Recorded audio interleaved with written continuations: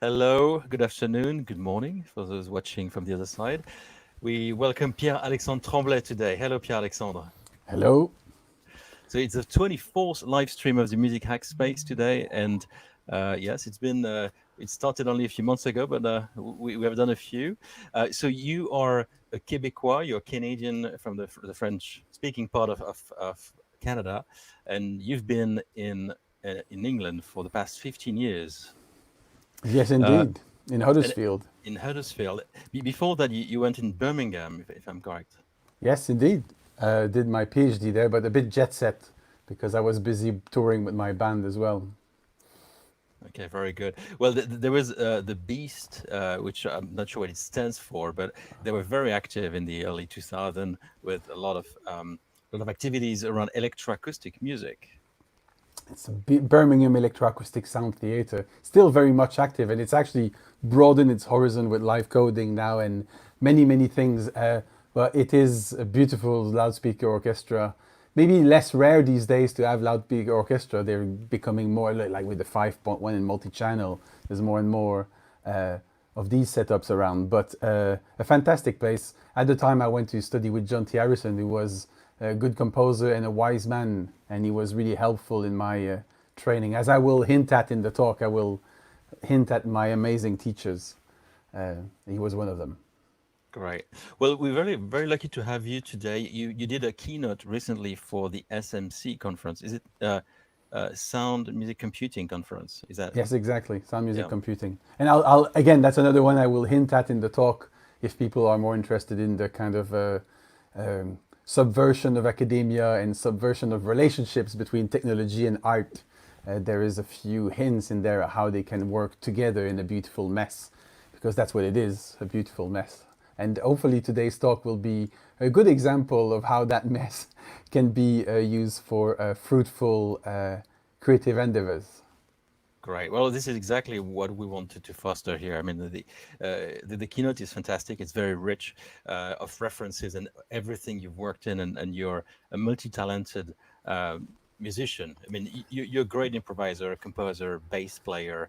You're great at production as well in the studio. So you have like all these different things, and you're also doing research. This is your daily life is researching.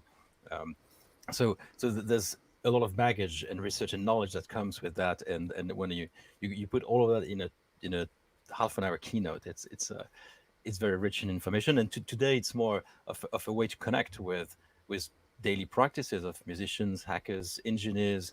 And I will ask you a question, and I invite everybody to ask Pierre Alexandre questions as well on Facebook and on YouTube if you're watching live. If you want inspiration, if you're an engineer, you want inspiration to build new tools, or if you're an artist and want to understand how to navigate a career as well, and what sort of technology to learn.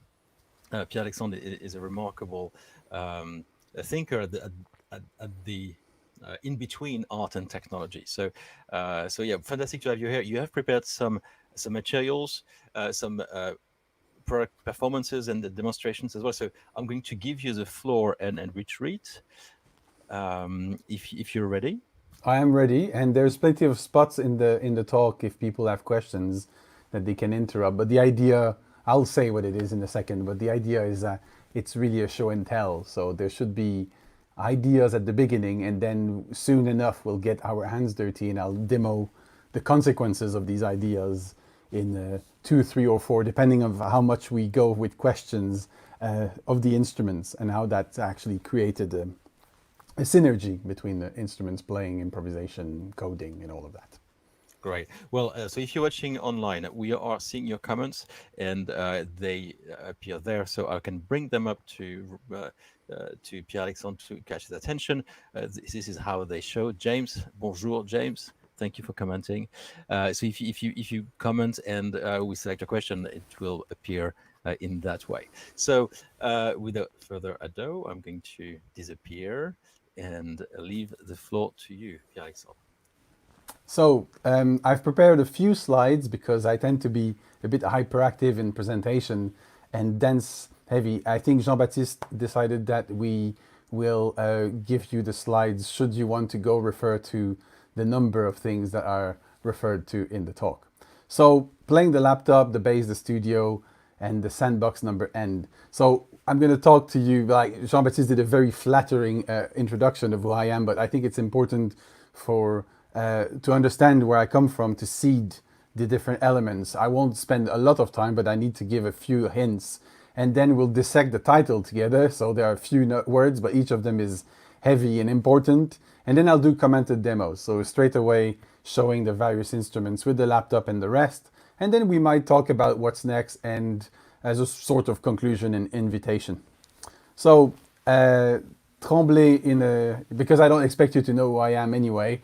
Some of you will be fans like I am of the Music Hackspace, and I'm very flattered to be invited. I have to see that list of people. It was just like amazing. So I was just honored. So I said, okay, people will be there for that, and they probably won't know who I am. So I'm born in 75, so I'm not young, but not old-ish, getting older. Bred there as well, in the 90s, mostly in Montreal, which was a kind of hyperactive, small cultural metropolis. It's small because it's much smaller than London or the big European ones, or even the East or West Coast in North America. But that makes it very approachable. But because it's cultural metropolis, amazing teachers, and that brings opportunity. You've got lots of opportunity in a space like this. And that gave me a bassist, sound designer, composer, creative coder, band leader, technical director, mentor, producer, art administrator. All of this is available to you because your teachers are good, they're generous, they're amazing. I can name them all, it's all on my resume, and if I forget one, they will never forgive me. So I would say 3 amazing bass players and 3 amazing composers, 4 amazing composers. Amazing people. And then I got catapulted in Huddersfield, which is probably the opposite of Montreal, apart that it's also small, but quiet European countryside, in an incredible department with amazing colleagues. And again, that was a set of opportunities because of that. Those who are not European, those who are American, will understand the proximity. Huddersfield is lost in the wood, yet half an hour from a city twice the size of Montreal. This is not something you will encounter in the US or in Canada. You always, if you're in countryside, you are far and deep. Even when you're in a city like Montreal, you're far and deep because big cities are far apart. Here, everything's near. I've got a band in Paris, a band in London. I can commute to rehearsal, but I used to. Like with COVID, it's a bit more complicated. But it gives you opportunities, project, tours, collaboration, and also these amazing colleagues. Huddersfield is really hands-on department. Practice-based research is really important. And therefore, it gave me chances of formalizing some thoughts. It also brought isolation. Now, when I was in Montreal, I had like weekly practice, I had sessions, I was really busy on my instrument. In Huddersfield, there was no time for that. Young academic, young dad, lots of opportunities that were fun in ad hoc settings, but not the twice weekly rehearsals and twice weekly sessions. So I had to decide. That will have consequences on the Sandbox series very soon, as you will see. So if you interested to have some examples of how all of that intertwine, you can see the SMC keynote. It's all online. It's a bit more organized than today's talk. Quite tense and intense in terms of reference, but still very much anchored in practice and ideas that are concrete. And then if you're interested in music, you have like a black box project, 4 of us, techno-fluent composer, improviser with robots and video and all that stuff. A great project. Another talk where I talk about the ability of calibrating a sound system as a way to enable daring sound processing in real time, or the whole Fluid Corpus Manipulation project on which I am in the community right now. There's another video where I present some thinking that has cross-pollinated, and there's a series of talks by all our creative coder researchers. So these are good, and you can listen to some of my albums. There's a plenty of various types, some of which I play proper bass, and some of them I play noisy bass, and some of them I play processing, and some of them I play nothing. I just play the studio, as we will talk about in this talk. So enough about my background. I thought it was just important to set the scene of a beautiful mess in which I was raised and I was embracing because I really liked all those things. They were all very rich for me and all incredible in my to have access to all that in the 90s. Oops, it seems that my slides are being corrupted. Here we go. By the mind map that is supposed to help me staying organized. Here we go. So, now, if we are to dissect that title, which I think is important because this is where we're gonna, the crux of today's talk is, it's called a sandbox. That's the name of my instruments. So why did I call it a sandbox? Why do I call playing the laptop? So the laptop as instrument, the bass, what has it impact as it had, and the studio as an instrument. And if you're interested to see how it sounds live, there's a link there, and you shouldn't listen to it while I'm speaking. It's a 15-minute set in which I use all these instruments together. And then when I say that, you will see later what I mean by all of them.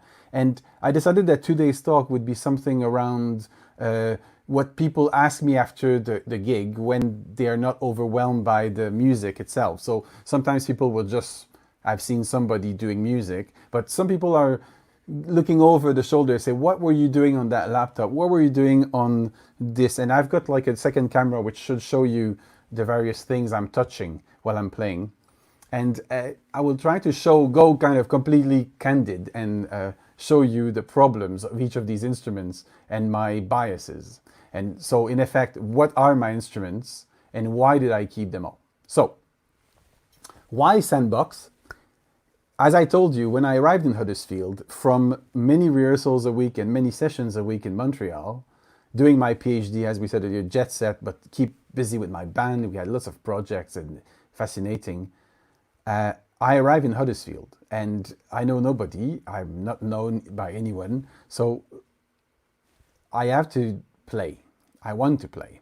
And as a bass player, the role of the bass player, as we'll talk a bit later, and the role of the producer is often when you play the bass. I'm not a big fan of Jaco. I respect his technique, but Jaco for me is really much a soloist and it's very much like a mid player, not a bass player. I like the bass. I really like fundamental. I like to produce. What I like to do is that amazing note, that groove on which all the music builds. My role is really a fundament. And that's one of my amazing teacher, Sylvain. It was great. It was just Sylvain Bolduc in Montreal. It was amazing to keep that role at its place and let the music build on it. It was amazing. So this is a role I really like. It's also a role that you're behind. And if you decide you're stuck in Huddersfield and you want to play, you'll have to go against that reflex of letting the band play when you do that magic note that helps them do flights of fantasies. And in the kind of improv, jazz and stuff I've done, it was really much my role.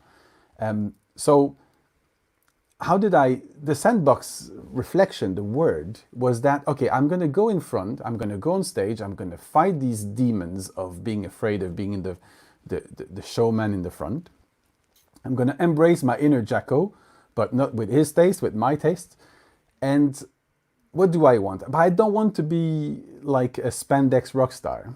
I want to have something that is simple, modest. I go on stage, I'm going to improvise. I've discovered improvisation through strange meanderings. A workshop with Jerry Hemingway was an epiphany for me.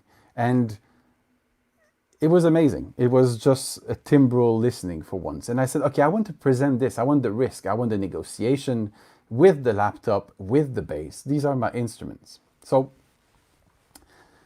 that was why it was called the Sandbox. I'm going to go there. I'm going to have a certain bounded, exploratory, a safe space where I can be creative. It's modest. I'm going to be there. I'm going to take risks. And whatever happens, happens. This is what I liked about improvisation. And this is what I'm going to bring on stage. That was quite risky, but that's what I decided to do. Now, some of you might be offended by the word laptop as instrument, but you definitely shouldn't be. Like we could say that we're in the second age of laptop as instrument. We're already in the second generation. And I recommend the link I've put there. There's a great book about musical instruments of the 21st century. And there's an author, Sarah, and I can't remember her family name because it's that long. I will try. Arjovirogo.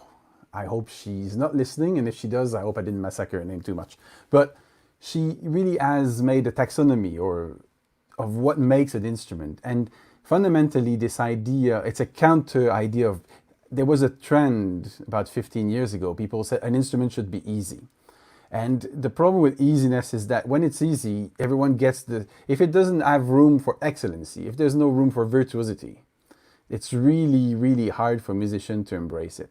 There was these kind of instruments done by Yamaha where you just noodle and it's a bleep, bleep, bleep, bleep, bleep, and there's no room for going further. By opposition to that, the deck, the DJ deck, was not meant as a musical instrument, but it's such a simple interface that it allowed people to really multiply its musical expressivity.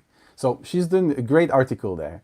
And for me, we see laptop in all types of music forever. So I'm not going to discuss the fact, is laptop an instrument? We're way beyond that. And if you have doubts, I'm going to give you here a little list of laptop virtuosi in just improvised music. So like you have them in pop, you have them in funk, you have them everywhere. The laptops are everywhere.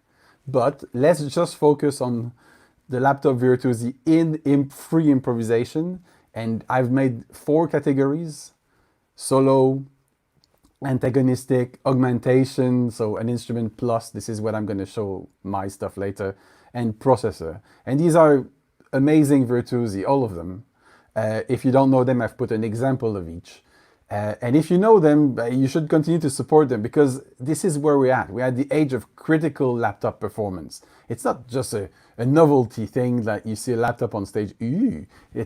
We have to go beyond that, and we're there. I'm convinced about this, and I can see a lot of interesting things being done musically with the laptop as instrument.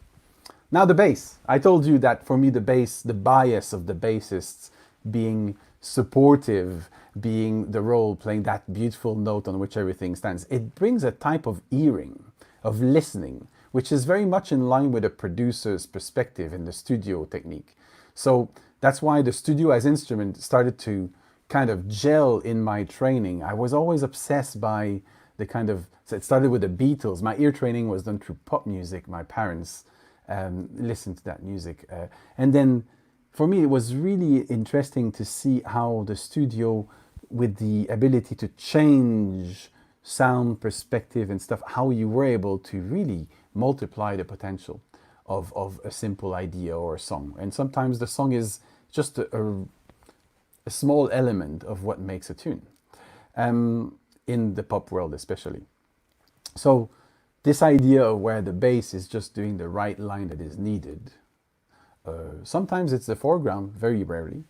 So, and then it goes also in line with my electroacoustic training. So obviously, having listened to Ferrari, Chillon, Schaeffer in my training, the reduced listening was really good. But if you link that to the fact I come from pop music, in terms of my upbringing, there was this kind of blend of thinking of the studio. And obviously, the Beatles refer to Stockhausen and Varese, but Dark Side of the Moon refers not to Stockhausen, but to the Beatles. So there is a whole tradition, and we can talk about Brian Eno talking about the studio as instrument, but he was not the first one. But there was this whole strand of interesting musician in the studio, which really, really fascinated me. And there was some interesting example in Quebec that were the brainchild of kind of prog rock and studio. And then you got Trevor Horn, and then you've got all the electropop and Peter Gabriel and so. And these were all amazing ear trainers of the late 80s, early 90s, which were very important for me. And I've polluted my thinking of music since then. My electroacoustic music is polluted by my pop training, which is polluted by my improvisation practice and my jazz combo practice. So these studios allow different approach. Obviously, you always have people dismissing the pop studio as a sausage factory doing the same tune over and over again. You have the same thing in every music. You always have people who produce, kind of sausage factory approach of reproducing, let's call it like this, recomposing. And then you have those who care and really want to get engaged. You have amazing documentary films available on how Peter Gabriel did so, how Dark Side of the Moon was done, or how Parmigiani was composing in the studio at GRM. It's really an approach, or Bjork, very experimental, taking the time, experimenting, trying stuff. In effect, it's so rare in the pop industry, because it's an industry, that's what led me out of it, is I like that part so much that I was not very productive between us. But I had did some amazing beats. I like them very much still, and I'm able to teach it now in Huddersfield, where we have some vocational pop stuff, and it's really interesting to see where pop music is going right now. Now, what are the two skills that you need to be a good? That's another contentious claim, but I think that to be a good bassist and a good studio composer and a good laptopist, you need the same skills, and there are two, only two, but yeah, many. One is listening. I'm talking about proper, distantiated, critical listening. I was trained to produce pop and electroacoustic, but there are other ways to get there. But proper mastering level, amazing listening skills, like digging the sound for what it is, understanding what it is. And the second skill is routing, or routing, depending where you are in the world. The ability to see all the gear and the equipment and the humans, and how you're going to connect, see the thing as a system. How are you going to connect this with this? It could be connect a string quartet with a drummer. It could be to understand the complexity and the affordances and mismatching of connection. And it's also just, it's not about gear, it's about connection. And routing is all, you can see it in a very philosophical way as well as a very pragmatic way. But you have to be able to think everything potentially connecting to anything else. And how can you make that happen? If you start by saying it doesn't work, you're not at the right place, neither for any of these jobs. So that's a lot of information, and it's about where it stops in terms of the title. And if you want to see how it sounds, as I said, there's a link there. It sounds, when I do my solo set, it sounds like noisy improv, because that's what I do with that. But you can also listen to the Cat Burglars, where you're going to have some of the fat beats I've produced, or you can listen to a trio I've done ad hoc with Marilyn Crispel and Raymond McDonald. There's a lot of things on my discography. If you don't like one thing, just zap to the next one, and eventually you might find something you like. And if you hate it all, I'm sorry for you. You can write to me and we can have a discussion on what makes it all wrong. So, if you have questions now, I'm happy to take some already, but we can also jump straight away into the world of the sandboxes. So I don't know what my chair is saying. Jean? Well, I don't see any questions coming in, but if you just joined, or if you have any questions about what you've heard so far, and how he managed to mix this electroacoustic brain with his pop brain to produce something new, please go ahead. And if we don't catch it in time, we'll address it a bit later. So don't hesitate to write in the comments. We can see them. Yes, yeah, obviously I forgot to say that, but you can cross-reference. You'll see I will do quite a lot. So let's talk about the first instrument. So as I told you, starting to try to be a solo person, 2005, big beginning of the live looping scene. And I said, okay, I know how to code a looper. I know how to code 4 different types of looper, actually. So I did that. And I said, I know also how to do some routing, and I need to be able to do what I want anywhere. So I'm going to do that. We'll talk about the problems after. So now I'm going to show you, because that's what I said I would do. Now you have to excuse, they're very ugly, okay? So the instruments are ugly because it's a complicated thing. First, probably I have bad visual tastes. The second one is that as soon as they work, I want to make music with them. I don't want to start to make them cute. As long as they work, I've got an interaction. That's what I want to do. And then on to the next one, as you will see soon. So my typical setup is made of a laptop instrument, as you see in front. Let me just check that I'm in the right setting. I am. Let's do cam twist with these 2 setups. And here we go. So this is my face. I've changed, but there's a second camera right there that allows you to see a bit of the setup as I'm gonna do a demo soon. So I have what used to be a physical fader box, which is now a linear application on an iPad Pro. But you will see I'm able to play faders without touching, because on the floor I have redundancy, because I need pedals, because if I'm in the middle of playing something with my fingers, my bandwidth, my mechanical bandwidth is busy. So I need to have ways that are redundant. So if I move the fader here, it's going to move the fader there. And if I move there, it's going to move here. And I can actually move it like this. And I can move it on the screen. And it's going to also move on the iPad. Oh yeah, you see it move a bit in the camera. And so there's my interface here, which are virtual faders, now receive the information. I was tempted at one point to use mechanical faders, but they're noisy. And also you cannot do vibrato of faders, which I can show you. It's a cool technique I very much like to play. And the bass comes in, and sometimes I have the modular synth as well as a second input. And if I do this, we should hear it. Yeah, we have this. We have this right now, making some strange noises. And there we go.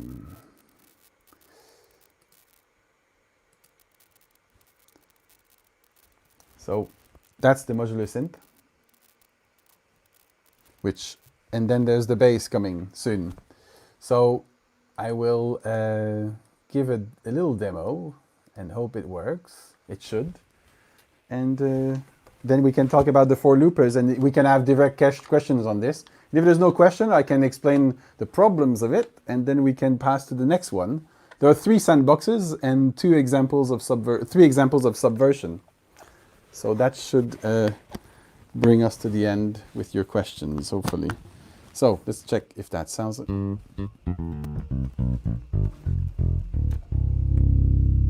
Fantastic bass by Pierre Laporte, Montréal luthier.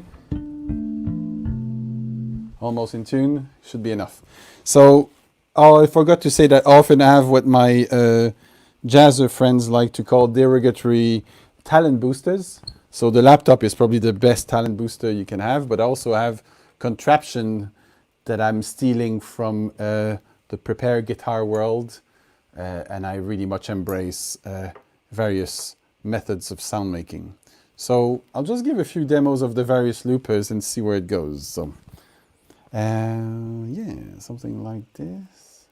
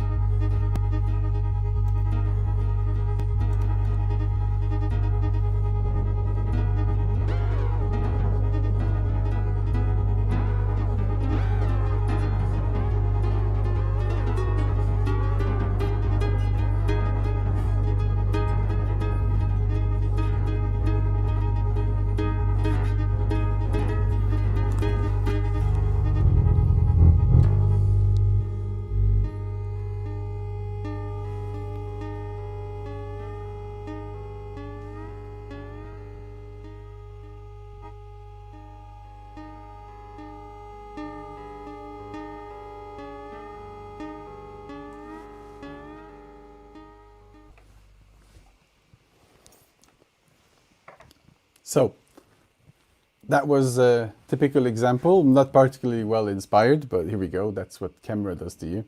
In which we hear the capacity of rooting of the instrument. There was nothing pre-recorded. It was a bit sloppy, but it was interesting. So you have the bass that is going in. That if I don't know if there's any question, but we can go straight to the rooting part. So in effect, I've played the synth as well. Why, I don't know. But here we go. The bass comes in here. And as you can see, there's a kind of redundancy in all of these channels, like really much stealing from the mixing desk paradigm, in which I can actually narrow down, put distortion and stuff. So that's the bass coming in. And I can, you know, first thing first, add distortion.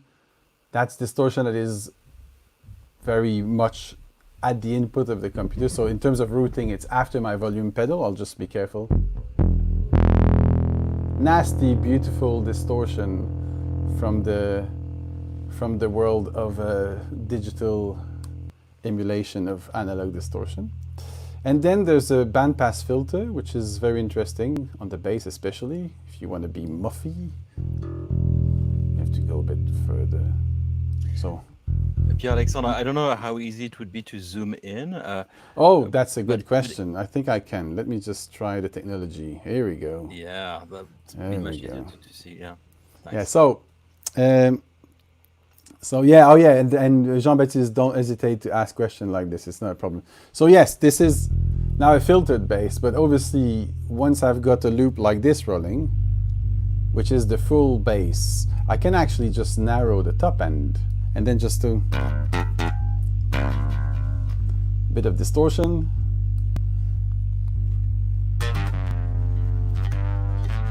And dirt is a cool way of adding some noise, a kind of popcorn noise.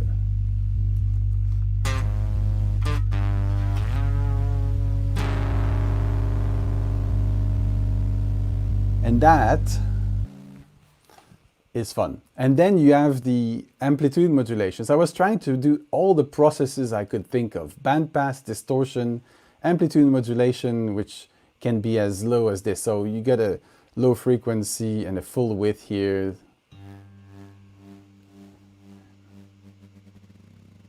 And if you go faster, you can go in ring modulation. It was vibe. Back to the looper, creating a pedal, and then you've got the ability to mix. So that's where your studio thinking starts to exist. How can I have my auditory streams separated? I've got this rumbly low end. Let's filter it even more, having just the dubsteppy thing. Let's lower it, just give it an octave lower. Oh, it doesn't work as an octave. You might wonder why. I said to you earlier that it has 4 types of loopers. So let's go through them after we finish the mixing slot. So drive, distortion, bandpass filter, amplitude modulation, then a variable delay, which doesn't have to be variable, which allows you to do very many things. So that's just let's just go back to a cleaner bass. The reset button, very important. So I can just do basic delay and I can mix. Oh, you don't have the sound in stereo, but I do. So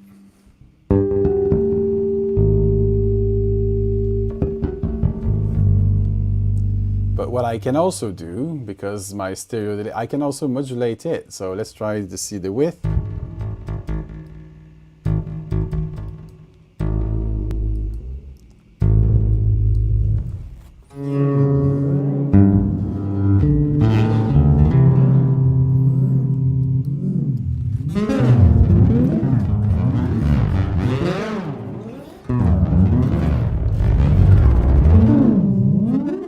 Now that I've got this wonderful bass, let's remove some bass to it.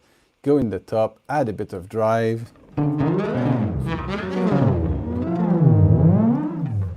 It's like seasick galore. And that can now be panned and mixed. And it has two buses.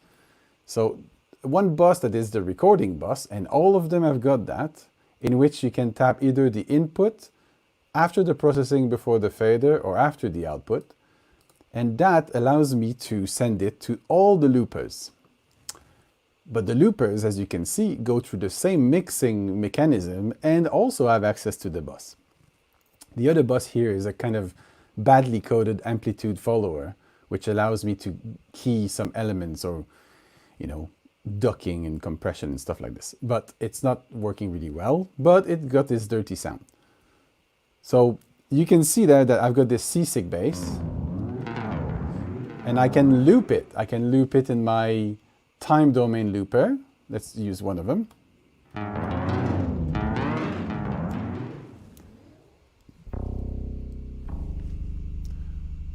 With vary speed, let's go back to the. Now that's what I actually played on the bass, and because my send to the recording is done pre-processing, pre-seasick bass, I play the bass and it's recorded clean and it's playing processed. I can also record in the position where I'm gonna go and do another looper here.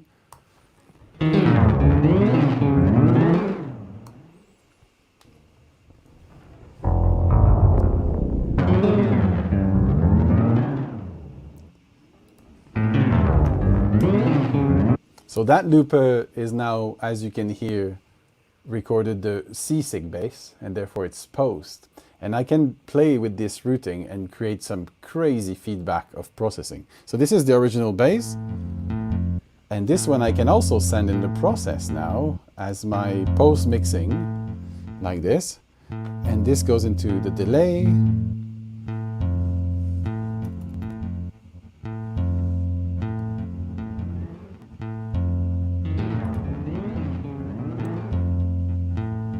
So we can see now that if I don't send the second seasick bass into the processing, the delay process on this one makes it sound at the back. And then I can bring the dry one in the foreground.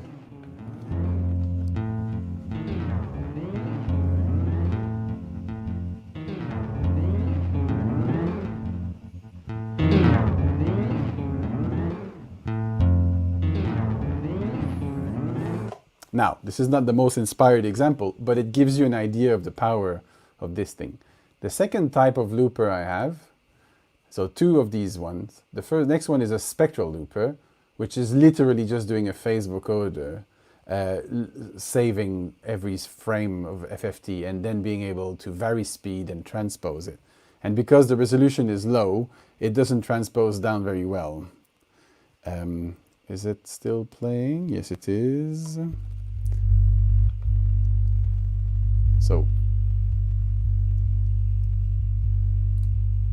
So that's playing at unity speed, and if I can do vary speed, but in the low end like this, it will mess up, the phase so much it transposes anyway. So if I do something a bit more rhythmical, it should be much clearer what I'm doing here by doing something like this. So I'm gonna do that, do this. So that's the bass.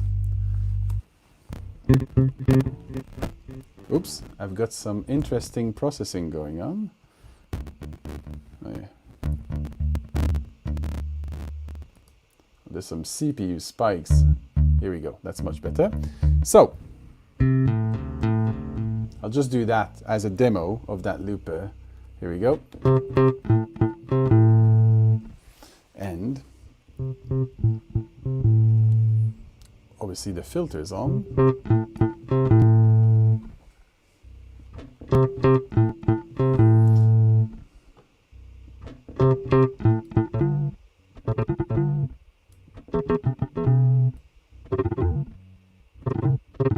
So you've got this kind of wonderful decoupling of pitch and transposition.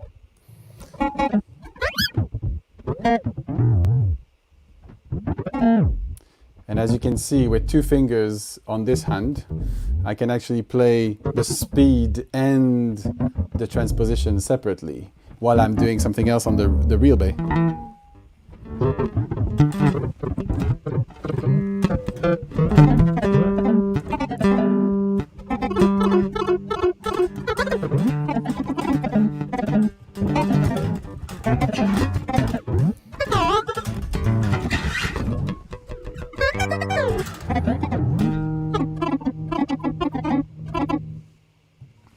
And you can start duetting with yourself.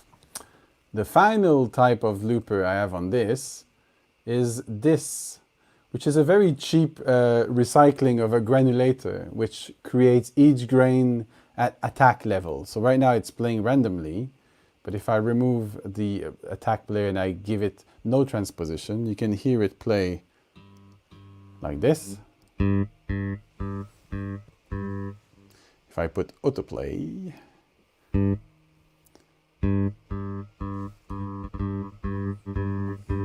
at the moment the threshold is super low, but if I raise the threshold, you'll see that the recording should behave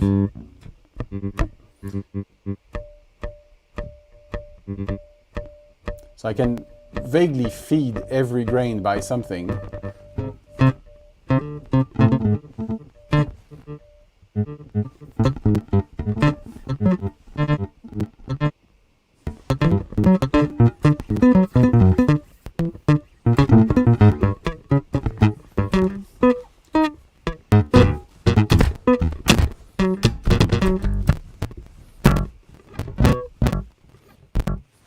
So it's kind of fun, you can play some kind of rhythmical stuff. And it's got some random pitches, so if you really not care about pitch, you can do something like this.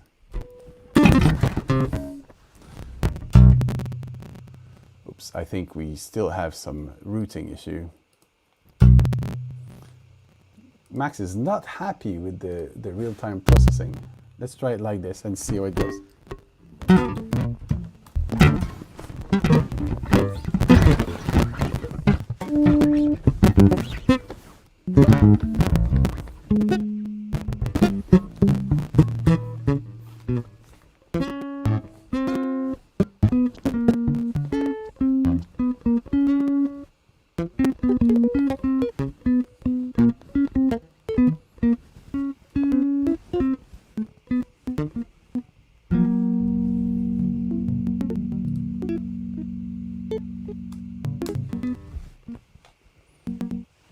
So this is what this instrument is. So I think by now you've seen me play a bit of it. You should feel the pain. What is the problem with this instrument?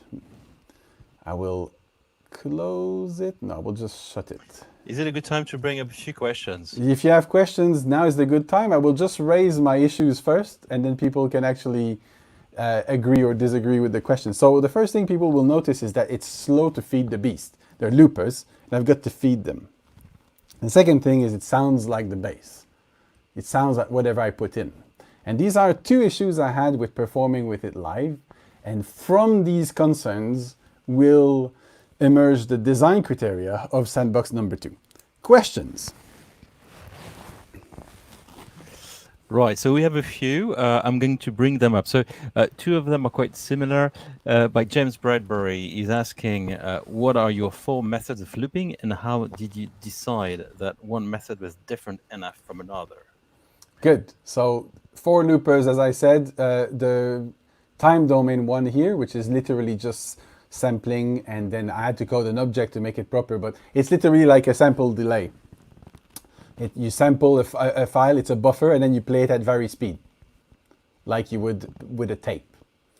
So that's one type. The second type is a spectral looper, as I said earlier. So you've got the FFT-based, a kind of cheap phase vocoder where I record the spectral frames, and then I can manipulate the spectral frames in a different manner than I would do with time domain loopers.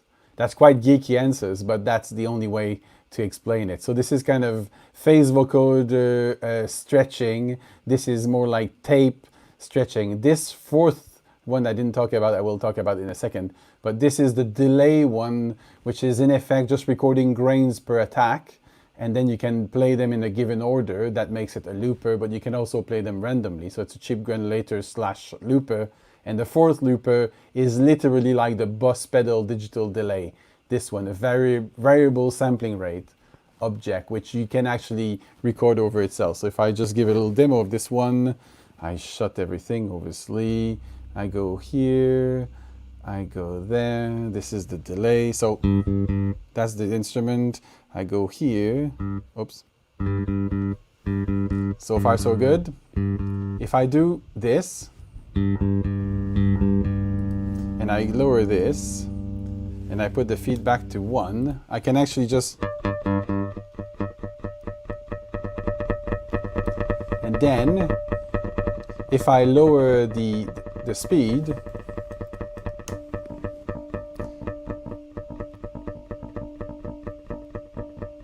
I can record above.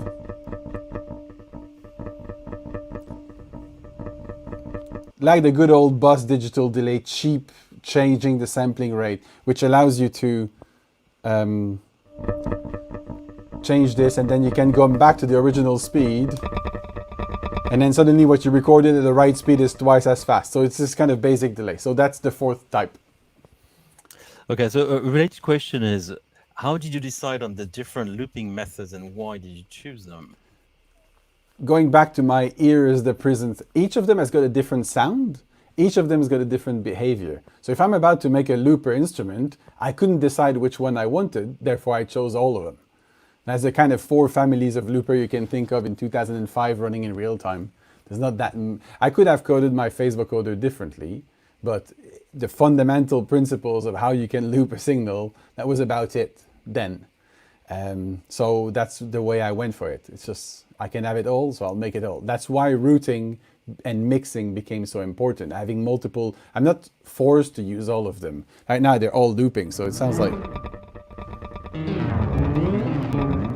kind of fun, but that's not the point. So I can build layers, come back, leaves a looper, and then come back to it musically 10 minutes later in my set, because I remember that this loop is a placeholder and stuff like this. So that was the decision. It was made literally giving myself affordances through mixing and through routing. Okay, one last question before we go to Sandbox number 2 and what learning informed it. And maybe you can answer this question now or maybe later, because there's a lot more to uncover.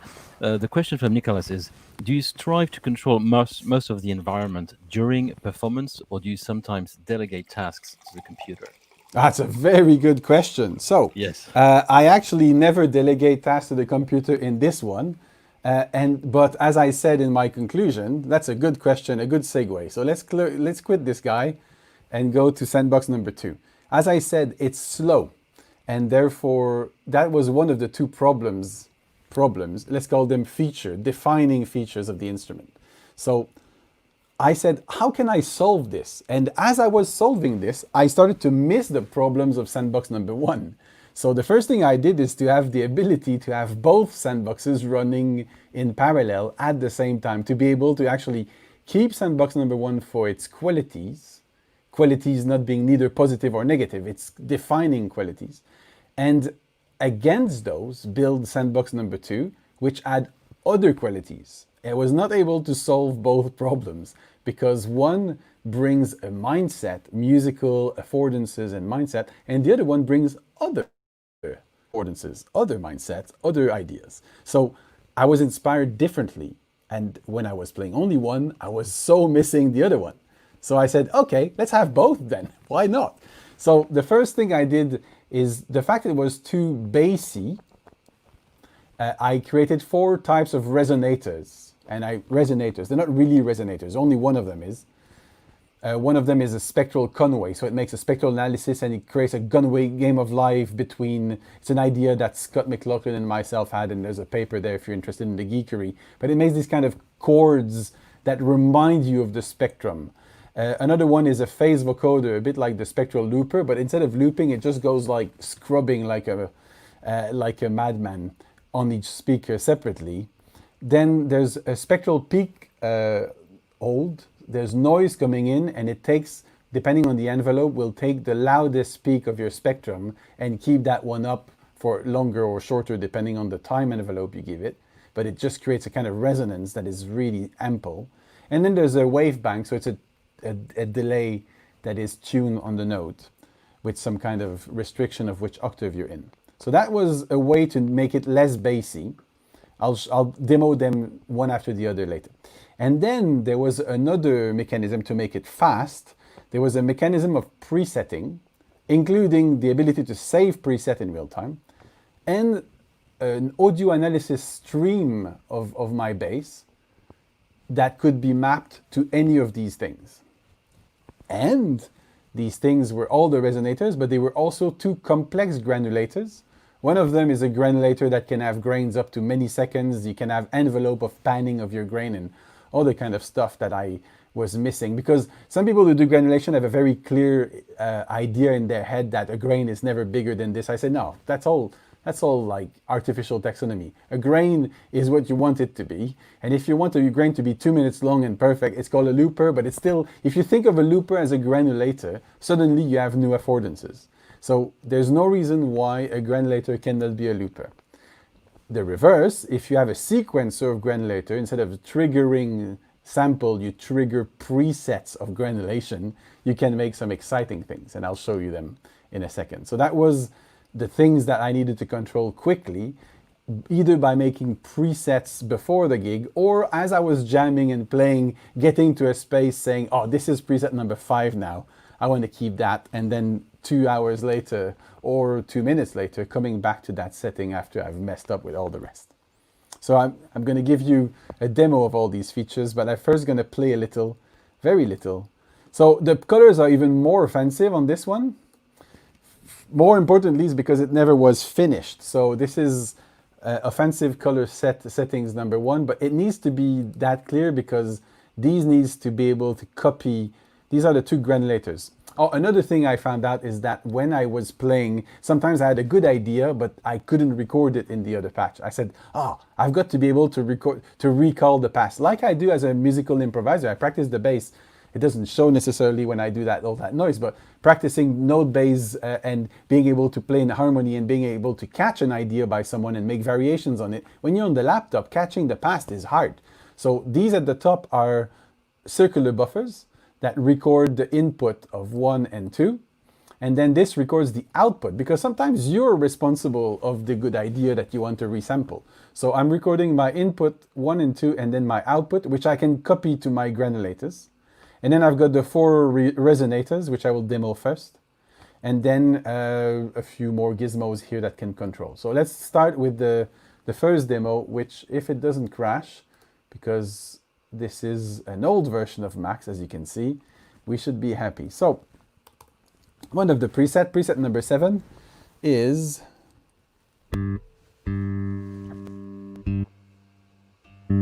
okay. Preset number 7 is a bit slow. So what I'm going to do is I'm going to reload the patch because, whoa, and it crashed. As I was telling you, it's an old version. Don't worry, I've been there before. An old version of Max with, you will see here in my list of problems, problem almost stable. So I use and I abuse JavaScript in the early versions of Max MSP, which was not the most stable of things. Let's be polite here. So I will see if it behaves now, if I got the right input still. Yeah. So one trick for the old Max users, when you set up your inputs and outputs, quit Max, because that's when it saves it, and then you can restart, and if it crashes, you're fine. You haven't lost your settings. So here we go. So that's my output, and let's try the few resonators by going to a preset. So preset number 7, first, the bass.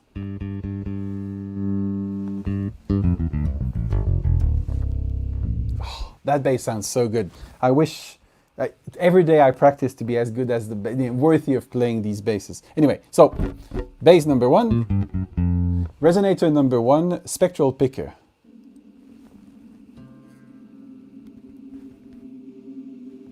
You can see the note emerging.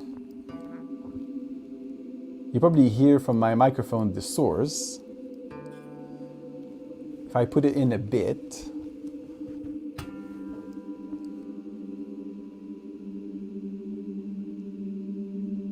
You don't have it in the stereo, but it's so lush, it's not funny.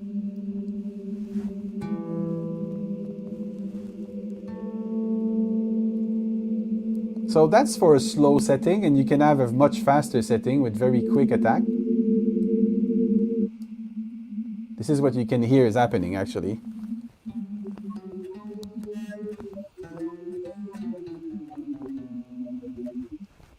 Like spectral picking, what's the loudest peak, and then keep it for that long, you know. Again, Pierre Alexandre, if you don't mind zooming in, Oh so that yeah, we zooming can see in. the parameters a bit more in detail. Sorry. Thank you. No. It's the thing about not teaching. I'm not teaching this year, so I'm. Oops. Can I slide in these windows? I'll just move it. Let's hope it doesn't crash. Here we go. Come on, Max. You can do it. Oh, it's not happy, is it? Oh, it's because I've put some settings of window that are crazy. Let me try. Anyway, there's not that much settings to look at. It's a spectral picking, attack and release.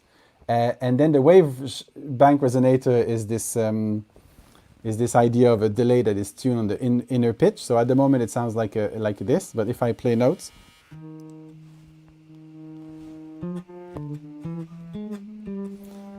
you can hear the delay is being tuned on the bass.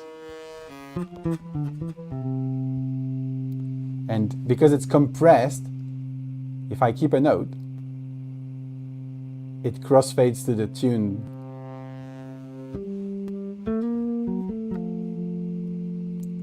And when there's two notes, the algorithm freaks out, doesn't know which note to pick, as you can see.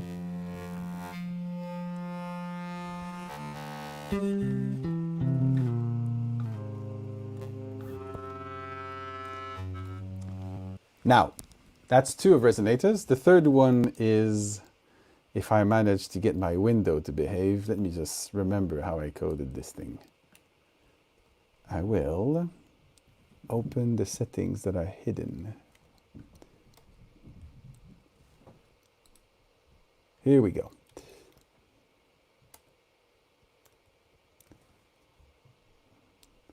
Is it better now? So tail hold is this idea where you have an attack triggering like a spectral scrubber.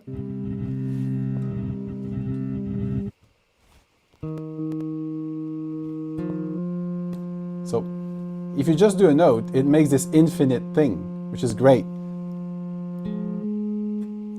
The eraser option is when you decide to erase as soon as you have an attack.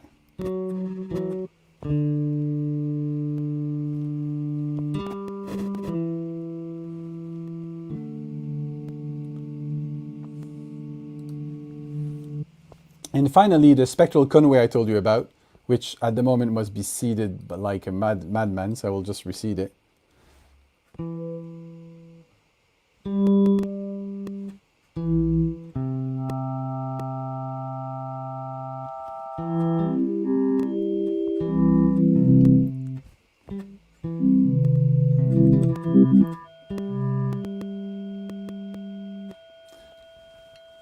So these are my 4 resonators. What's fun with those is that when you create a way of not actually having them trigger all the time, because that starts to be a bit predictable.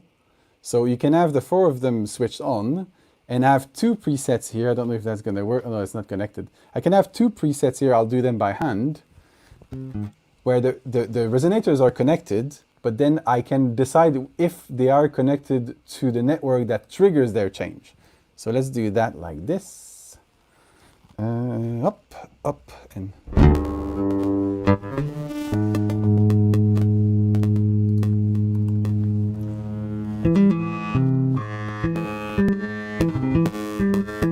So now it's not responsive, so I can play with that other pedal.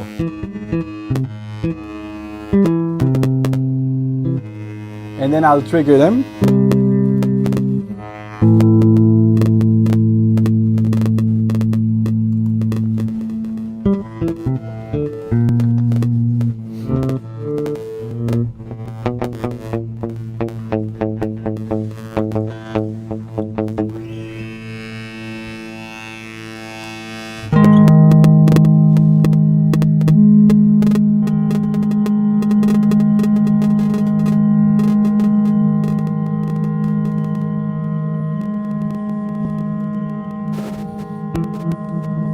So,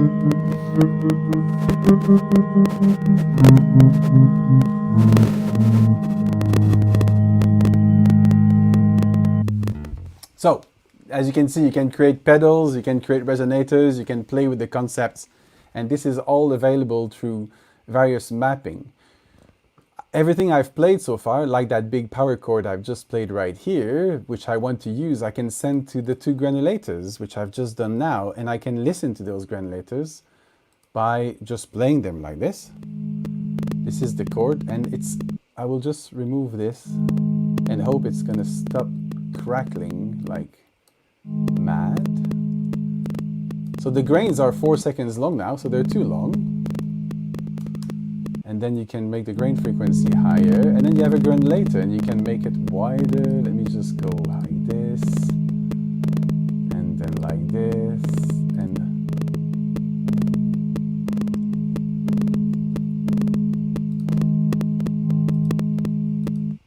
so normal granulator, but that granulator can have pitch envelope per grain, so you can do that.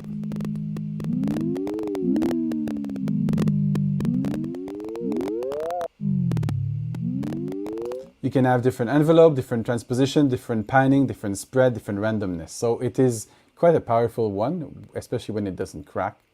And the other one here is each of these is a track which can be played, and each of these will make a preset of granulation. So you can decide like very quickly that your grain goes in frequency, and you have inertia, and you have attacks, and so these are quite long to set, but you can create, as you're part of a big jam, if you get to a stall moment, you can create some interesting ambient sequences of triggered granulator settings that are played like a grid sequencer. So that's the other granulator that is quite fascinating. And the mapping stuff, I've got this one, I think, which is controlling by the bass. So the bass right now controls the first granulator. So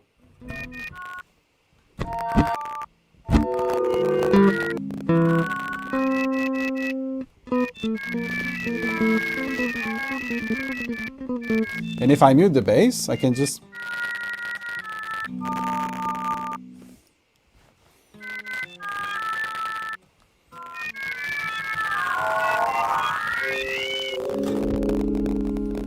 now, this is a bit boring because that's pitch, but if I was to drag and drop an audio file there, let's say our famous Jungly, for those of you who are Max users, you can drag and drop Jungly and suddenly control, oops, wrong granulator, Jungly, go into this granulator, and suddenly I can actually control the grain.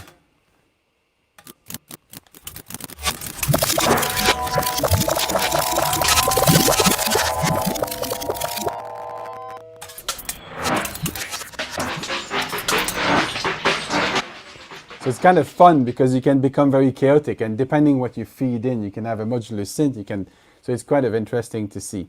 It's quite messy, but it's quite informed because the other one was so predictable and so clean and so slow.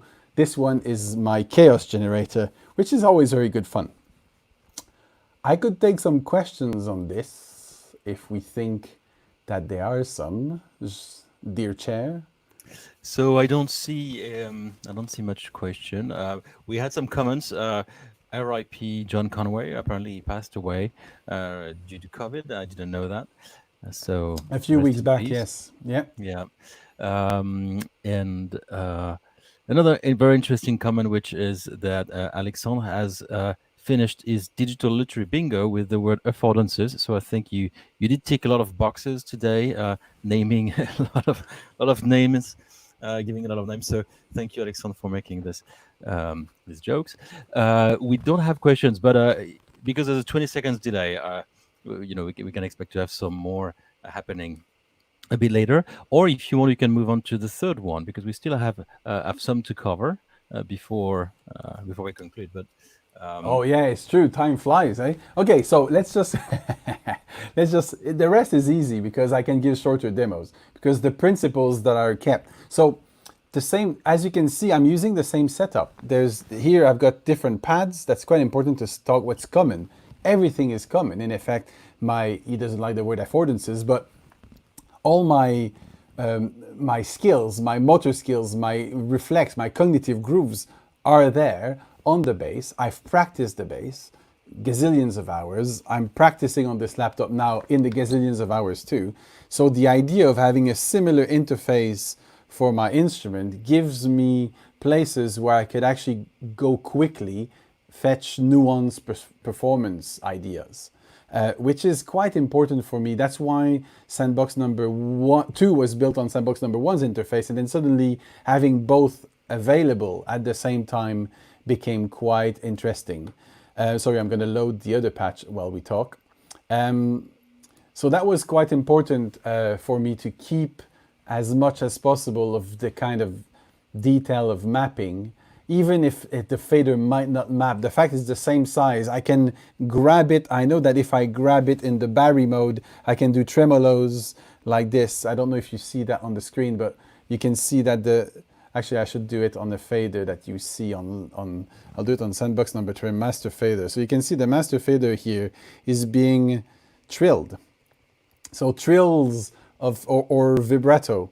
But if I go in Barry mode, if I go on cap mode, my faders are not usable if I don't go straight on the cap. And that's to avoid the jumps. So you could choose one, you can choose the other, but what you can do with Lemure is actually have both at the touch of a finger. So depending if I am in let's say a super ambient paddy section and I want to tweak a volume, either if I have the affordance, I can go on the computer and drag the fader. I can also put myself temporarily in cap mode, tweak it a bit, and then go back in my more expressive, jumpy Barry mode. So these are kind of things you explore as you perform, but these software interfaces really allow you to do this.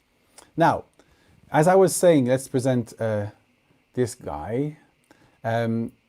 Sandbox number 1 add the slowness and the bassiness. Sandbox number 2 was almost stable, cool resonators, quite misbehaving, lots of JavaScript under the hood trying to get gazillions of presets, like patch attribute. It was the early times of patch attribute as well. So lots of nasty things going under the hood to try to interpolate stuff. Beautiful, but sometimes it doesn't behave. So I said, okay. Then I met a gentleman called Dimo Schwartz. And he said, do you know Catart? I said, no, what's that? He says, oh, it's what you're trying to do, but properly. And I said, oh, thank you. Let's try this. So the idea is that all this subtle thing, if I play the bass subtly, let's try that. Let's see if it's going to behave. On, yeah, and let's play the bass like this. Oh, yeah. Behaving seems to be optional today with the sampling rate. Okay. Oh, no, okay, it's better.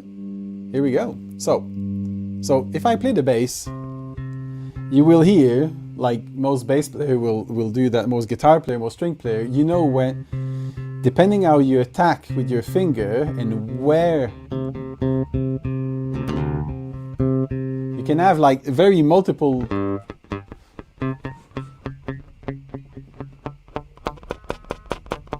you can really play various levels of timbre, subtle expression or not, less subtle expression. But these are kind of fun to do and often lost when you play the laptop. So what I wanted to do is to create this instrument where I could try to recycle my virtuosity. And I say virtuosity because, you know, there's a lot of bass players who are much better than me. The point is just practicing that much an instrument to try to transcend an instrument.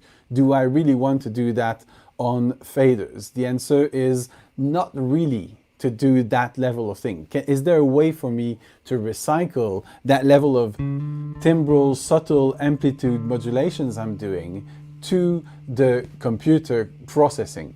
And that's what I was trying to do in Sandbox number 2, no, not really. It was a bit blunt. So he says, you've got to try Catart. we worked together, we modified it, we did a 9 paper, which you can go there, called Surfing the Waves. And this created this wonderful instrument where you have various corpora that you can load, like a bunch of sounds, which I will load one right now. A bunch of, let me just reset this stuff first. So I will import one of the corpus, and I will, that's been pre-analyzed, and it's loading all these files and having lots of pleasure under the hood. And then what I'm doing is I'm analyzing a stream of real-time grains, real-time bass description. And as you can hear, I'm trying to match the nearest grain of the bass to another bass. So there's a corpus I can load, which is the most boring one. I have a bass that controls a bass. So what's the relevance of this? But the relevance is just to see if it works, as a kind of proof of concept. So that's number 2 here.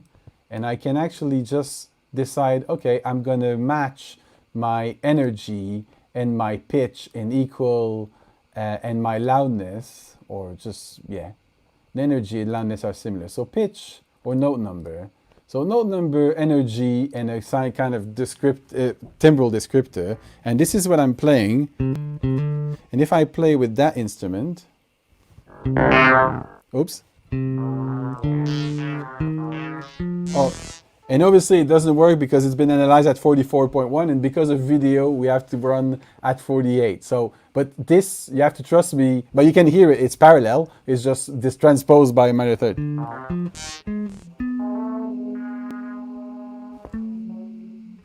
The wonderful, the kind of semitone between 44.1 and 48 is right there.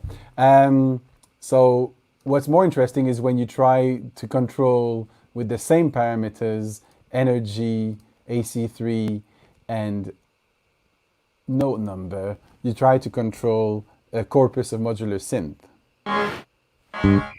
And then you can go and wait.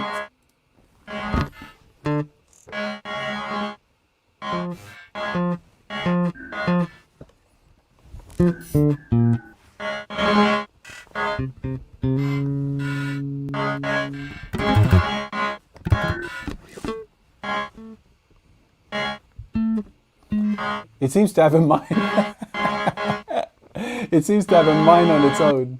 A mind of its own right now. Let me try again.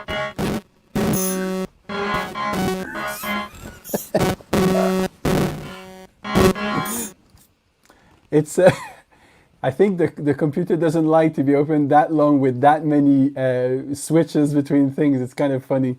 It doesn't behave at 48 either. I'll try another time, but I think I could actually probably quit it and try again, but it was obviously... Whoa. Can you behave? Can you behave? It doesn't behave. Let me just try to quit it. Well, if there's early questions for this one, I can try to answer. But you can see some demos where I'm actually can control the modular synth corpus with the with the bass as I play. So I'm going to give it another chance, and otherwise you have to trust me, and we can go for the next example. It's a bit sad because there's something that I really like in it, is that there is at the top these loopers, which are not loopers of audio, but they're loopers of descriptor feed, which allow me to then change the speed or change even the position without having any kind of click, and I can make some cool variations. I'm going to try one more time to load it, and we'll see what happens with this. I should have started the audio first because it's not going to be happy with the sampling rate again. Oh no. So that's, you can see the reasons why I've stopped using Sandbox number 3. That's mostly, it's relying on the old version of Qatar, which is relying on the old version of FTM, which none of which has been ported to, but I was told then now it is, but there are some much more exciting things coming from Demo, but I don't have the courage to recode it, mostly for another reason, which I will give you in about 3 seconds. I'm gonna just give it a chance reset the thing, start the audio and reset it again. That's normal because I've got nothing. I'm gonna do that. And as I'm doing this, you can ask questions, by the way. I'm used to multitasking. If there's any question, it's loading. There's Yeah, no question coming that's in, not perfect. just yet, but yeah, I'd be very interested in exploring in another seminar, the Cat Art, which is a fantastic piece. Oh, It's yeah. extremely rich and complex. So yeah, I did write actually to Dimo Schwartz today to ask him if he would be interested to join. Oh, there's a question from Miguel, in fact. So, is there a remote chance that FTM will come back? I think you just said that it was. That's not a question for me. It's a question for Norbert, who's not RCAM anymore, and for Dimo. Personally, I've moved away from FTM. I missed it very much, but it was so long since it was supporting Max 6 or 7. There was a long gap because, and then they worked on Mubu, which is great. There's a way now to do cat art in Mubu in about 4 objects, but this is the old cat art, which has a million objects. It's fantastic, super advanced, super complex max coding under the hood. So just to modify it, to give ourselves the ability here to calibrate the inputs or to loop. So this was already a nightmare to code.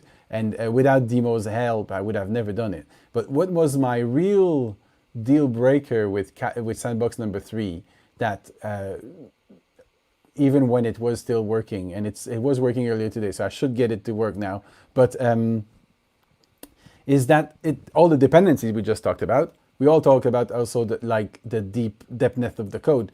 But what I wanted to do is to modify it. So it is still got the granular sound because I'm analyzing grain per grain. And I wanted to be able to say, okay, does that grain have an attack? Have a kind of attack flag? And if it has, take another corpus. Take a corpus for the attacks and then take a corpus for the sustain. And that was not possible at the time with my knowledge, nor the stability of FTM, not all of this. And Dimo was very generous with his time, but he was not my assistant in any shape or form. We were collaborators. So it was a bit complicated for me and that frustration led me to design the Fluid Corpus Manipulation project, which is the conclusion we're going to have, oh, good God, in 5-10 minutes, it seems. But this was the next step that I wanted to do. And sadly, it doesn't work, but there's a recording right now I can play you where we can hear it, because that's the next take-home message of the Sandbox number 3 period, is I did some abuses. Because I keep saying that like routing and earring were the 2 important things, and I was a producer, which was super important. So yes, I did process myself live in other projects, but I was not in solo. So that's a betrayal of the Sandbox series. But I also process others. So if you remember my instruments, there's always this kind of thing on the bottom right, which if I load one, there's this instrument here, the sub patch at the bottom here, which is an input mixer. That allows me to mix the patch has got 2 inputs, but I can mix what I want from my 8 inputs of the sound card in these 2 inputs. So I can actually process. I've played with big bands. So I've subverted the Sandbox example. But what even more is when you start to play the studio, you start to understand the routing, you can decide to use these tools from a DAW. So you route your DAW as the source instead of taking the bass. So what I did is to have moments where in some of my music I wanted to have a granulator being controlled by the loudness of something. I could just process it in my Sandbox, sending through jack audio in and out of Sandbox. And then that led into, if I can do that, I can then put Max MSP as an insert in my Reaper session. So I started to do some birds. When I say birds, it's literally actual birds. I can play you an example of such a bird. This. A bird I've recorded in Golkar here in the woods. And then I can send that to a modular synth by having coded a kind of analyzer of my synthesizer, and I create. So that's a modular synth being automatically controlled, because the idea of having Max as an insert and just analyzing my stream of audio, taking the pitch to control the pitch of something else, was now part of a kind of great flux of use and abuse of technology. But once you do that, you've opened another door. You just say, okay, I've got my pitch mapped to pitch. Why can I not transpose? Can I just use the brightness to apply to a filter and control something else in parallel? So when you start to think in this kind of routing is everything, everything is possible, you can connect anything to anything, then you start to create these kind of birds like this, which was a patch that was much more complicated and therefore worse to map to my bird, way less convincing. Then you can decide to transpose the pitch. Oops, this one. Or add everything together. You can play with these parameters that kind of abuse the computer. And that's what led to the various patches. Like you have example on the slides like Auto Bjork, where you've got automatic granulation happening, and then suddenly you grasp sound and you use it as a reverb. But instead of using a reverb, you use piano examples. So that's a one I could run now while if you have questions, while you prepare the questions, I can actually play the Auto Bjork patch, which I really like. So this is a good example. This is the kind of stuff I really like. This modular synth. You can hear the nastiness of a kind of plugging, unplugging something. This is very much the kind of sound I like. I also like cheesy pianos. So I'm going to take a bit of cheesy piano and I'm going to convolve it in real time every attack. But if it behaves.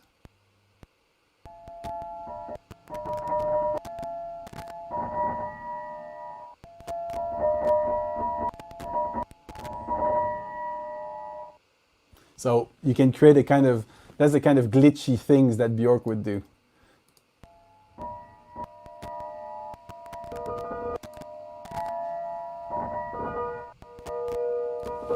And so it goes, and we could talk for another ages, but we have another 5 minutes for questions. So maybe I should answer your questions now. Well, there's no question in the chat, but I'm happy to ask some. Well, actually, maybe not like this, but oh yeah, but maybe like I should change my layout too, until I need it again. But I mean, how do you? Okay, so my main question would be, what is Sandbox for? That's a good question. There's even a slide. Oh, watch this. No, not this one. This one. Where is Sandbox number 4? That's a very good question. Thank you. You're a fantastic chair. So, what is Sandbox number 4? I want it to be more modular. So all these ideas of routing that you saw in the last thing, exploiting, you need big blocks of things that you can put, a bit like plugins, but not plugins. Plugins that are one level remote from being finished. So generators, resonators, things you can plug quickly between each other. That's one thing I want to do. I want to do more parallel processing. So having, let's say that you have the attacks, as I said earlier, that are processed a certain way, the noise part processed another way, the pitch part processed another way. So kind of splitting that way could be very interesting. I want to have more live control. That can happen various ways, but continuing the kind of cat-art approach where I have I recycle elements from the bass but not necessarily mapping pitch to pitch. So a hybrid between Sandbox 2 and 3 in terms of control, and then more annotated paths. So all of that, if I have like this idea of having the last 5 minutes, if it was annotated, if I knew that the pitch content there is really pitchy or really high or stuff, I would be able as an improviser to say, oh yeah, that pitch idea there. Or to have a kind of semi-symbolic or some sort of annotation of that path that is available for me as an improviser. So these kind of long circular buffers that are annotated through descriptors, including when these descriptors fail, I find it very interesting. And that's all of these, the last 3 at least, parallel processing, live control, and annotated paths.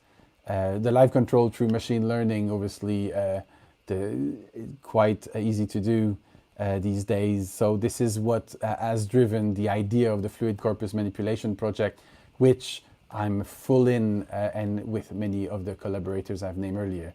Fantastic set of people trying to make all of that possible at the right level where we can actually use these tools in a certain way. So Sandbox number 4 is very much the genesis of that project and is going to be one of the conclusions of that project, because as you saw, Sandbox number 3 was finished 10 years ago. So because I play with the instruments, the cycle of developments are longer and longer because I play with them and one of them plugs the whole of the other one, which plugs the whole of the other one. So there's a kind of continuity building an instrumentarium which I use and abuse in my various settings. Yeah. And do you think at some point you will want to kind of take stock of all of this and make a more finished product? I mean, it could be No, developed into no. plugins. It could be Ah, no, developed no, into, no, no. but That's not for for you, others to for do. others. Yeah, yeah, but But so I've always shared all my patches are available for free for anyone who wants them. This is for me. This is my research. Is practice, true improvisation, true musicking, making music with technology, like dirty-ended. I play with people who had never played before with improvisation or technology. No, the amazing improvisers who never played with electronics. Less now, but 15, 20 years ago, it was definitely the case. And or some of them had bad experiences because the first generation was not always able to listen because they were so busy trying to troubleshoot their computer. Now it's just, it doesn't show with the last Sandbox, but it's kind of trivial. And you saw me talking to you as I was troubleshooting. This is part of my scales, you know? But no, finishing an instrument, doing an Ableton live, another Ableton, no, this is not me. Some people do amazing. I play with Alex Bunny, for instance, who's an amazing live player. He plays live. He doesn't play any sequence. He plays live as a plug-in control feedback routing machine, and he makes it an amazing instrument. Dominique Thibault did the same thing. He did a no-input mixer using Max for Live to remap the faders. Otherwise, they just explode. But like digital feedback through effects. But inside these people, there's a lot of very fascinating, inspiring stuff. So no, I cannot stop to finish something because I've got to practice and I've got to play, and then it generates new ideas that needs to be tried. So somebody else, they can, it's available, it's there, I share. All the Flucoma stuff is free online, it's all available. All my patches, all my mix music, all my chamber music. If you want the patch, just write me, I'll send it to you. In effect, all of this is clever use of simple means. I know I'm not dumb, but I also know that most of my processings are not, actually most processing period. The more I train my ears, the more I'm able to reproduce most sounds I hear with very simple means. It's the combination, it's the context, it's the beauty of that routing I was telling you about. Thinking of it as modular interconnection is what I'm excited about. And there's so many things between music, technology, philosophy, art, living, pleasure, food. Bring it on, all of it. right. Well, what's super interesting, I think, is that this constant research into creating new practices, materials, um, is a journey that you're on, and that I think some passionate engineers who want to work in music and are in search also for an interesting idea that has been battle tested for performance for um, but could use some more robust development, and moving from Mac maybe to C++ to get something that's more um, Yes, more and scalable in some ways. I mean, I think that's also what the music hack space stands for in some ways. Like bringing the research and the idea, the ideation, and all this prototyping that happens, and connect it with people who might want to take it further. So, I mean, I suppose I would formulate it not certainly not as a reproach or anything to you, but like it is what it is, and it's great, but more as an invitation, for people to contact you if you're open to collaborate with people who want to build plugins, because like we have thousands of plugins out there doing things. A lot of them do the same thing, uh, it, but like the Yeah. reason why artists like you build their own stuff instead of actually practicing music and making music, you're not satisfied with off the shelf products and you make your own. And Yes, I think that's great. That's a great source of inspiration and innovation. that's very kind of you. I think there are people who will be able to bend what our, like I was talking about Alex Bunny. He doesn't design his own thing, but he's got the same mindset, so he can take the tools that are there off the shelf. I presume that my training, because I did coding earlier, it's often for me easier to actually code it because I know what I actually want, and therefore, but it's very idiosyncratic. Another person that's like shares quite a lot all his coding is Rodrigo Constanzo. But again, if you've never tried the KK Combine, for instance, and all his wonderful instruments that are, he's got a better finishing ethos than me. So he finishes an instrument and he shares it as an instrument, and it's used all over the place by sound designers and stuff like this. But there is this idea that you have an intuition of something you want to do, and as you say, the tool to do it is just not there. And I'll give you a very simple example. At one point in the piece that I was telling about earlier, where somebody sings, I wanted to do that effect that we often hear where somebody goes from amplitude modulation to ring modulation. I did that on the bass earlier, about an hour and a half ago. And why do we have two plugins for this? You have like the ring modulator one, and then you have the amplitude modulation, the vibrato, or whatever they call it. And what I wanted is to be able to actually cross that boundary and play in the DAW. And I couldn't find that plugin. That was before the Melda production amazing tools that are available now, but it was just hard. So I had to code it myself. And it's just amplitude modulation. You just say, this is the dumbest thing on earth. But I need that crossover section, which I cannot do smoothly with any plugin, which does either, well, because somebody arbitrarily decided that the vibrato doesn't go faster than 15 BPM, 15 hertz, and that a ring modulator shouldn't go lower than 20 hertz. It's just like, why? Or a granulator doesn't go to 2 minutes. Why? It should. Make it 2 minutes. Make it 10. Right. So maybe to finish on a maybe philosophical note, and taking into account a Okay, few I'll be comments. serious. You don't have to be serious. I mean, I think it's about the abuse. Miguel and also DJ Robin talked about abusing system, because it's something you said in your slides as well, and they Yeah. concur. Abusing systems is a way of life. That's what Miguel says, and DJ Robin, who knows you, collaborated or was a student with you, I don't know. Used to tell him that he abused plugins. This is proof it's a good Oh, idea. DJ Robin, I know it's a she. She's a very gifted DJ. Yes, she's great. I've never Yes, I keep Robin. telling you. Yeah, but that's a good example. So the problem with, so I tend to valorize artists as divergent thinkers. So I don't know if you saw, there's a great video where Björk tries to explain what a TV is. If you haven't seen that video, you go on YouTube and you just Google Björk explaining television. It's Björk. It's pure poetry, surreal yet anchored in a beautiful vision of the world. It's only her could do that. There's only her who could. She is consistent in everything she does as an artist. She has a vision of the world, and everything goes through that. Now, somebody who designs a plugin for commercial reasons cannot design a plugin for Björk. He's got to design a plugin that will fit a regression to the mean. It will fit what most people expect from a chorus.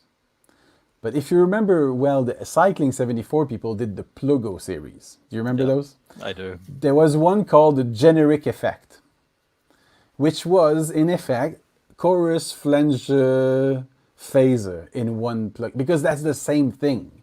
They're variable delays with level of feedback in or out of phase. That's one way of implementing most of those. And the fact they called it generic effect, when I got that, I was an earlier user of them. And for me, that was the last straw that broke the camel's back, I think we say in English. Anyway, that proverb. It was just like, yeah, they're right. We should have 6 plugins. There should be these plugins for advanced users which don't want to have the boundaries set by somebody who biases the use through an interface design. Now, we could think that they're evil and they want to make money by selling you the same algorithm 6 times. I don't want to impose that thinking on them. I think that there is a good value for optimized interface. When you're in a mixing session, you have 180 musicians at Abbey Road doing a session, and you need that plugin to work. You just go for it. And if you have 75 algorithms, like a proper compression, a proper mastering grade compression like the Flux one, you have 25, 30 parameters. This is not very quick. You won't get to a quick result with a plugin like this, but you can do exactly everything you want. Now, lots of plugins are designed to be efficient, to go in musicians' hands, and they don't have to think. And I keep telling my students, a plugin that doesn't load bypassed is a bad design. They impose on you the kind of thing. I don't want that. You're supposed to become power users. You're supposed to become users and abusers of that technology. It's made to do something, but if you only do what it's made for, you're going to sound like everyone else. Try to sound like you. And that implies following your gut, following your thing, and just, if the machine doesn't do what you want, bend the machine. Make it do what you want.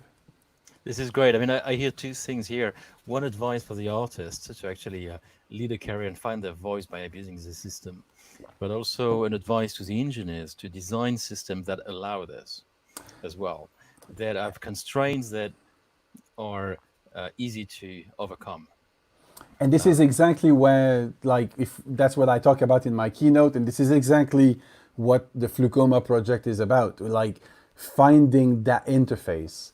I don't want to be too academic, but there's a lot of interesting thinkers like Georgina Bourne who talk about these conflict can be used very constructively. It's not an antagonism, it's an agonism. It's a conflict where these design criteria, nobody in an echo, even the artist in an echo chamber, if the artist is not confronted to anything on interface, a taxonomy or something, they will just look at their belly button. So the idea that they are confronted to an interface is also good for their creativity.